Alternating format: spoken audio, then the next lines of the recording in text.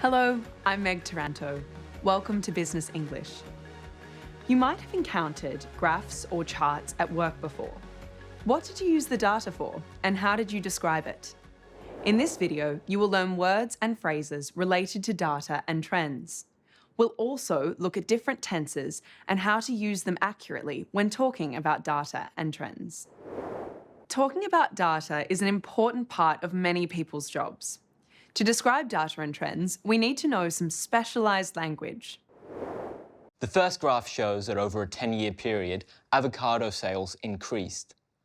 The next graph shows from 2010 until now. The total sales is a red line, while the blue line shows the number of retailers. Sales have increased every year for the last 3 years, but the number of retailers has fallen dramatically in the last year. Listen to these parts of the role play again. What tense are they? The first graph shows that over a 10-year period, avocado sales increased. The next graph shows from 2010 until now. The total sales is a red line, while the blue line shows the number of retailers. All these sentences are in the present simple tense. This is because we are talking about the graph as it exists now. The data may be from the past, but when we are talking about the graph as a whole, we use the present simple tense. Have a look at these charts. Write a sentence in the present simple tense describing what the chart shows. Here's what you can say. This graph shows the total number of avocados sold from 2016 to now. This graph illustrates the number of staff employed in the agricultural sector in Australia from 2000 to now. Now take a listen to these sentences from the role play. The tense is different. Do you know what the tense is? Why do you think it's different? Sales have increased every year for the last 3 years, but the number of retailers has fallen dramatically in the last year. This is the present perfect tense. We use this tense often when we are talking about data.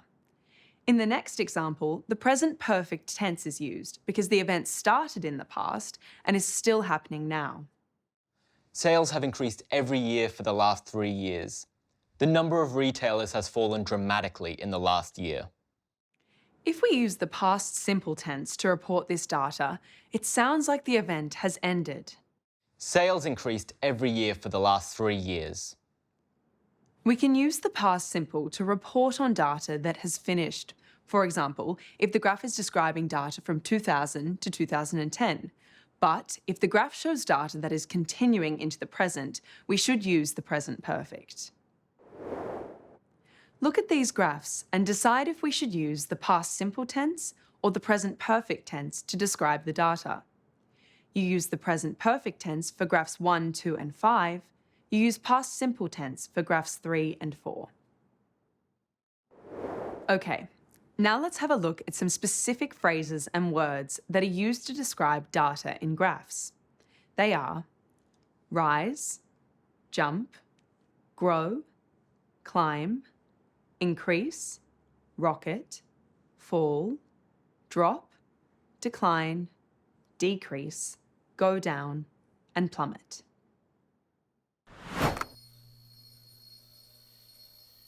Can you organise this list of words into 2 groups?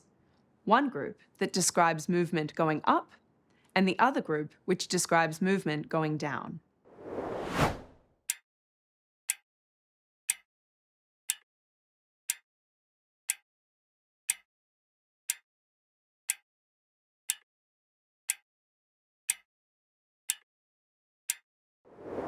Let's check to see if you were right.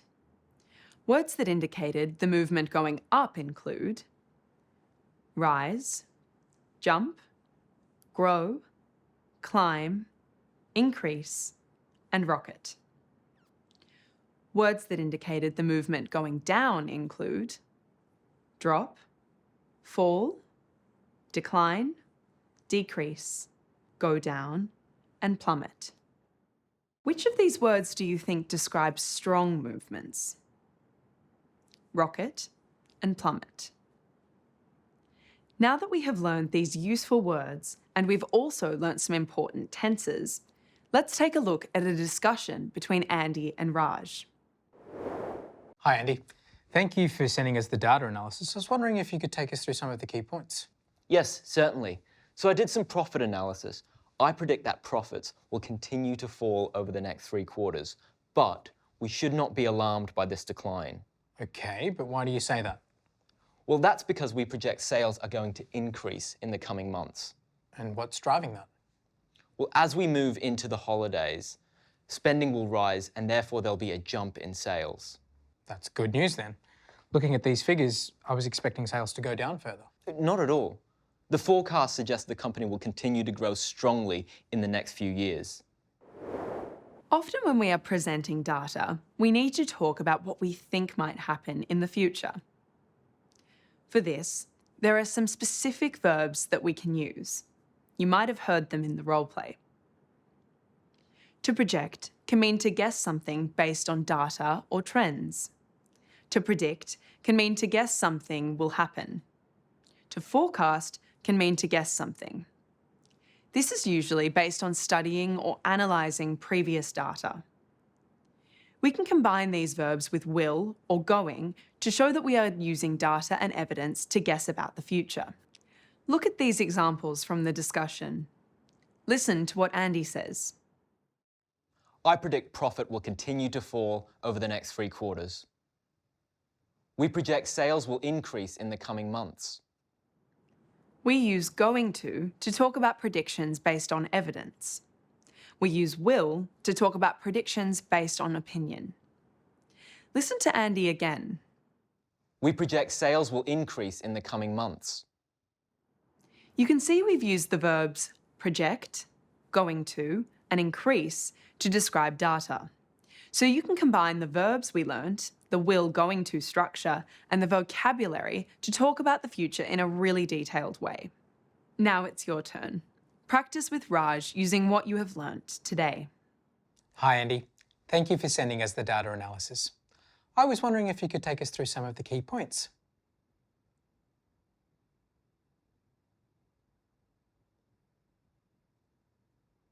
Okay, but why do you say that? And what's driving that? That's good news then. Looking at these figures, I was expecting sales to go down further.